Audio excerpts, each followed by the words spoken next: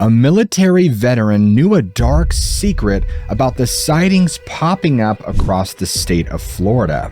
Disturbingly, sightings have continued into recent decades, and their origin and how this veteran came to this knowledge is far stranger, weirder, and downright disturbing than you can imagine. You won't want to miss this one. In 1913, in Detroit, Michigan, a man named Louis Van der Kar was born. Throughout his youth, he discovered he had an incredible talent that was recognized early on. He had an eye for art and was exceptional at it. In fact, later in his youth, his family relocated to Miami, where Louis would go on to have a very successful career. As a young man, he was able to snag a job as an animator for Fleischer Studios. Interestingly, Louis helped animate many of the very early prominent cartoons, including Popeye. Now, as the years went on, Louis began to develop his style and eventually became known for his surreal, almost dreamlike art. The guy could paint and animate. It was like, what couldn't he do? However, soon after all of this, the economy took a nosedive and we entered the Great Depression. Shortly after this, he enlisted in the Navy and soon began serving in the Merchant Marines. Now, it was here that the story takes a pretty hard left turn into the fringe. During the war, something happened to Louis that would change his life forever. One day, while his crew and he were in the submarine in the English Channel, bam! They were struck by a torpedo from a German U-boat. The attack plunged Louis and his entire crew into the icy cold water where something remarkable would happen to Louis. He had a near-death experience that altered him. I guess we could put it that way. And in this altered state would lead to what's about to happen. Don't worry, I'll reveal that shortly. Now, remarkably, Louis survived that day and now permanently altered would go on to experience much success. In fact, he quickly rose to the ranks of the Merchant Marines and eventually scored a job at an aircraft production plant. Here, he would serve as the top supervisor. And after doing that for a while, he moved back to Miami and achieved the success he had always dreamed of after doing some grunt-related jobs. He opened and operated his own art gallery in Miami, which was filled with people admiring his work. In fact, he became so popular at the time that they referred to him as Miami's Andy Warhol. Now that's saying something. It's easy to see that Louis was more than just a painter. The man was extremely talented in several avenues of art. He would even receive commissions from places like amusement parks, where his whimsical creations included everything from gigantic dragons to entire mountains. Now, remember that all of his success so far was due to his altered state. In fact, his altered state didn't just grant him success, it granted him powers, if you want to call them that. Whatever power he obtained would call him into the spiritual realm of the occult. He would go on to form a group called the Royal Order of Warlocks and Witches, where he would preside as the Magus Supreme. Isn't that a Taco Bell item or something? Apparently, during this time, Louis would use his powers to bring beings into this realm. On January 19th, 1961, Louis ran an ad that said rock eggs were $600 per dozen. Nobody took the bait, obviously, because during this time, $600 was the equivalent of around $6,300, and most people had no idea what a rock even was. However, this continued into February, with the price continuously increasing. On February 9th of 1961, Louis ran one final classified ad that said, "Rock egg ready to hatch, witnesses welcome." Until now, it's no surprise he didn't have any takers, or at least nobody who took him seriously enough to purchase these eggs. However, this ad garnered significant attention. On Saturday, February 11th, 1961, around 125 people arrived at Crandon Park Beach to attend an event known as the Royal Rock Watching Society Miami chapter. They gathered here and watched eagerly, anticipating this enormous egg and its supposed hatching. Here they also met Louis van der Kar, the man behind the classified ad. Folks, let me just tell you that the events that happen from here on out just get stranger and stranger. However, there's a twist to all of this that's gonna blow your mind. As you guys can imagine, it's uncertain whether anything ever hatched from this egg. What's even creepier though is that the following day, Louis was getting blown up with phone calls. 50 people had called him and told him that since the hatching event, they had seen this large black bird soaring above the skies of Miami. Something was clearly happening, and much of this pointed back to Louis's altered state. So here's where the plot twist comes in and how it relates to everything that comes after it. Louis explained that during his near-death experience, he became possessed by extraterrestrial beings. These same beings he came into contact with revealed themselves to him as Atarians. These beings came from a star system on the opposite side of the galaxy known as Meteors. Interestingly, they were all left-brained, and things like art, music, or poetry were all completely redundant. But get this, all that apparently changed when the Atarians visited Earth during World War II. You see, the aliens made a tour of Europe in the aftermath of its greatest battles, and often found themselves staring at immaculate works of art in the ruins of bombed-out cathedrals and museums. This talent for creation inspired one of the aliens to embark on a journey to discover what made human beings capable of such beautiful achievements. That alien's name was, you can't make this up, Jeb. Louis van der Kar strongly suggested that Jeb merged his consciousness with his own, leading to the great success he found as an artist in his later years. In addition to reviving his talents as an artist, Louis also claimed that his contact with Jeb left him with a variety of psychic abilities. Everything from powers of levitation to ESP.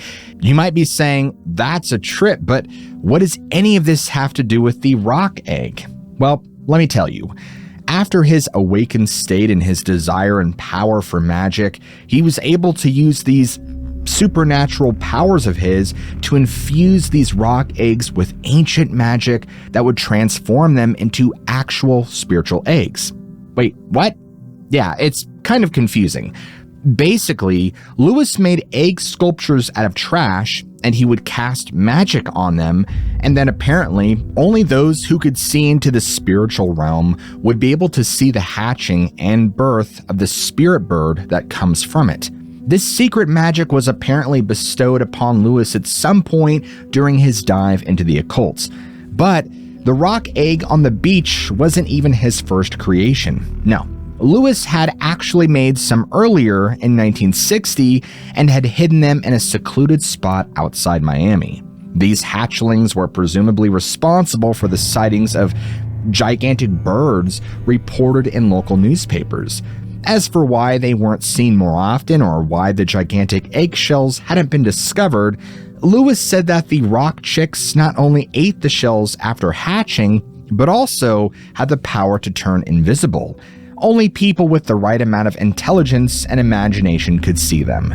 In fact, even Louis agreed that while in our natural physical realm, the existence of such a large bird, the rock, simply could not exist. However, in the realm where science possesses no authority, the spiritual realm is where the rock bird comes from. Now, even though Louis had apparently been imbued with supernatural powers from his near-death experience, and he was in this altered state of existence, he was a complete and total swindler, at least in my opinion. At some point or another, he was able to sell one of these eggs to a poor woman in Chicago, where he explained to her that the egg was to hatch in 1,000 years and even guaranteed it. Even though that's impossible because it was just trash covered in plaster. So, yes, folks, Louis's supernatural rock eggs were just that, a hoax. However, what comes next in this story completely contradicts any conclusion that this was all just a fabrication. Whether there truly was something here, And this coincidence, or if it was just Lewis trying to capitalize on this, we'll never know for sure. But this is when sightings around Miami really started to pick up. Right around this time, scattered reports came flooding in from eyewitnesses about seeing something strange in the skies above southern Florida. The first sighting came from an unnamed tourist visiting the area from New Jersey. The young lady was walking on the Tammy-Miami Trail on Friday, January 27th, simply enjoying the wildlife when she spotted something in the middle of her path. You see, it was somewhere near a part of the trail known as the 40-mile bend. This is when she stopped dead in her tracks. Something was blocking her way. She would later tell reporters that it looked like a big vulture. Wings spread about 55 feet. That's sorta unusual, isn't it? Yeah, girl, just a little bit. Well, just 4 days later, the Miami Herald published an article by the name of A Living Snowbird, maybe. The title pokes fun at the local name for people who flock to Florida from northern states during the winter months. But the nature of the sighting was no laughing matter. In short, the stories were starting to pile up. Alongside the testimony of the lady from New Jersey, Herald staff writer John Morton wrote this. 7 feet is about tops for any bird found in this area. The brown pelican, bald eagle, and man-of-war bird have that much spread. But Eric Harnew said the bird he saw at Matheson Hammock Park on Saturday was bigger than that. Bigger than I've ever seen before, Harnew said. It was flapping these huge wings and making a kind of rushing sound. That's the same description the local Audubon Society got from a couple of fishermen just in from Sand Key, 70 miles south of here, who said they spotted a big bird. Other reports, also from unknown sources, placed big birds over Coconut Grove Saturday. The paper mentions one unidentified woman who reportedly went into alleged hysterics after spotting a large bird in the area around Snapper Creek. Clearly, that's a lot of sightings in a short time frame. What's going on here? To understand what people were seeing exactly, we need to fully understand what a roc is. The roc is a legendary bird from Middle Eastern mythology. It makes a notable appearance in the fifth voyage of Sinbad, where it attacks the hero's crew after they break open one of its eggs. But the roc wasn't just a big bird. No, it was absolutely gigantic, supposedly large enough to snatch fully grown elephants as prey. In fact, the famous explorer Marco Polo wrote this in the 13th century. The roc was for all the world like an eagle, but one indeed of enormous size, so big in fact that its quills were 12 paces long and thick in proportion, and it is so strong that it will seize an elephant in its talons and carry him high into the air and drop him so that he is smashed to pieces. Having so killed him, the bird swoops down on him and eats him at leisure. We have these sightings of giant birds around Miami, and at the same time, a crazy artist, warlock, human-alien hybrid claiming to have a roc egg. Is this all a coincidence? Well, folks, that truly remains a mystery, but you know what's not a mystery? The fact that people continued seeing these things for years and years afterward. In fact, you could say that sightings of large winged creatures above the Sunshine State actually increased after early 1961, begging the question, did Louis Vanderkar actually tap into some ancient secret that brought mythical creatures into our reality? Interestingly, 17 years after the events in Miami, another young witness, F.J. Cosentino, saw something similar in the exact same area where the sightings took place in the 60s. In 1978, Cosentino was working as an engineer for Rockwell International, and during this time, he was working on a project based in Orlando. And unfortunately, while at the Orlando airport, he happened to miss his flight back home to Dallas. Fortunately, he was able to score a flight back home from Miami, but that meant he had to drive on a highway that was far away from the interstate all the way down. As he's driving around down this highway heading towards Miami, it's in the middle of the day, about noon, and he spots something that's completely out of place in the sky. He saw what appeared to be a jet black bird that landed in the highway. In complete and total shock, he began to slow his car down because he wasn't sure what else to do. To him, this was the most primitive and scary thing he had ever seen. He would go on to describe how it was at least 6 feet tall and had these gigantic muscular talons and this black leathery head. Its beak was rounded and it had hunched shoulders with its wings tightly tucked at its side. However, it didn't seem too interested in FJ. It was busy eating and tearing away at the meat of a dead raccoon in the middle of the road. And after maybe about a minute or so, it simply flapped its wings and was airborne and came directly at FJ. Perhaps it had planned for him to be its next meal. Overtaken by panic and fear, he leapt into his car and could see that this thing's wings were easily 20 feet long. And after diving into the safety of his vehicle, this thing circled above him for a few seconds and then disappeared off to the south. This experience had shaken him up so much that he didn't really tell a whole lot of people about it. The witness said that, although he openly shared his sighting with all of his friends back home in Dallas, no one believed him, and so he just sat on the story for another 33 years before going public. FJ Cosentino shared his sighting in the 2011 edition with cryptozoologist Lauren Coleman, which is how we know about it today. But sightings like this have continued into more recent years. A student riding a school bus north of Tampa in the 1990s claimed that he saw an enormous bird with a 10-foot wingspan. The boy was familiar with a lot of the birds in Florida and was not sure what he saw. Maybe it could have been a vulture. Actually, the giant bird most closely resembled an Andean condor, right down to its coloration. It had a white band around its neck, its body was mostly black with gray feathers streaking underneath the wings. In fact, this account was presented in the Scott C. Marlowe's book, Cryptid Creatures of Florida. Now, Scott also mentions the 2008 story of Don Davis, who saw his gigantic bird much closer to Miami. In fact, Don was just outside the Miami metro area, near northern Dade County. At the time, Don was working in a rock quarry. Well, Don was busily trying to cram in a few hours of overtime one weekend when his eye caught something around 200 feet in the sky. At first, he thought it was an airplane, but when he stopped his earth-moving machine, he saw that it was something else entirely. For one, it was way too low to be an airplane. Plus, planes make noise and they don't flap their wings. Normally, when people estimate things that they see in the sky, we have to take their testimony with a grain of salt. With no other reference points, it's hard to judge size and distance accurately. But luckily for us, Don had some pretty good features to use as a guide. You see, workers at the quarry had stacked up about 20 piles of debris, all of them around 100 feet high.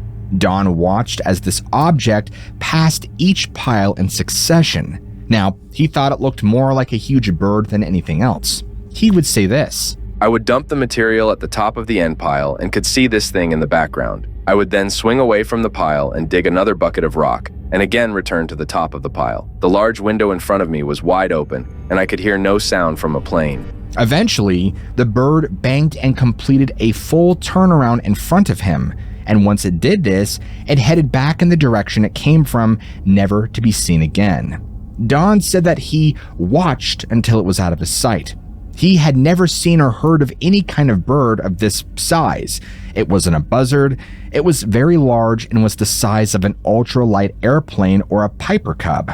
Like F.J. Cosentino in 1978, Don shared his sighting with his friends, only to find that no one believed him. It wasn't until the following year that Don felt comfortable enough sharing his sighting with a cryptozoology website.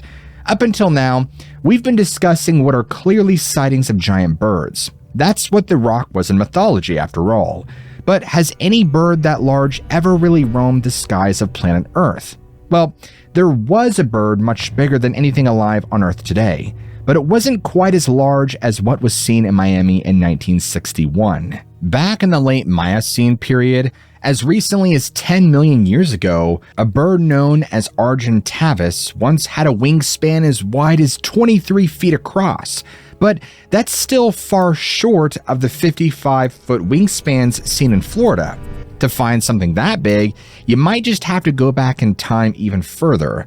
Pelagornis was a toothed bird that lived back in the middle of the Miocene period, about 16 million years ago. Pelagornis had a wingspan of up to 24 feet across. Closer, but still not there. To find anything with a wingspan even coming close to the Florida sightings, you must go back to the age of the dinosaurs. Here, we find two candidates. Quetzalcoatlus, which lived in the late Cretaceous and had wings 52 feet across, and then you had Hatzegopteryx from roughly the same time period. Although estimates are constantly being revised, some paleontologists speculate that Hatzegopteryx might have had a wingspan as wide as 66 feet, which would easily make it the largest living thing to have ever soared above the Earth. Now we're talking. Could a surviving member of one of these species have inspired myths of the rock in the Middle East? It seems possible, if unlikely. Interestingly, in recent years, things resembling pterosaurs have been spotted in Florida, although they are usually much smaller than these prehistoric creatures. In fact, in 1995, one anonymous eyewitness in Pensacola was having a yard sale when they saw something strange that they could not explain. They were in their driveway at around 5 in the morning and claimed to have had seen a huge bird with what they described as having bat wings. Wings that had at least 20 feet and were flying directly at them. This would terrify anybody, and so in complete fear, they turned and ran screaming into their house. However, the bird seemed to disappear, inferring that it flew directly over and vanished away. Another person was able to provide many more details about their own sighting. The account comes from the early 2010s and was collected by cryptozoologist Carl Schuker. The witness said that about 2 years earlier, she had been standing on her porch in Florida one night when she noticed a strange sound. Since the pool was just a few steps away, she assumed that the noise was just the filtration system kicking on. And that's when she noticed something really strange. The eyewitness would explain this. It was a pretty bright night. As I looked up, something huge took off over my head in my porch. Its wings made a loud whooping noise, and as it went over, I got a look at the underside of an enormous wing. The wing was gray in color and was like that of a bat, not a bird. The wing had to be at least 5 feet long or more, and this creature flew off over the porch out of sight. It was enormous and unlike anything I have ever seen in Florida in my 35 years here.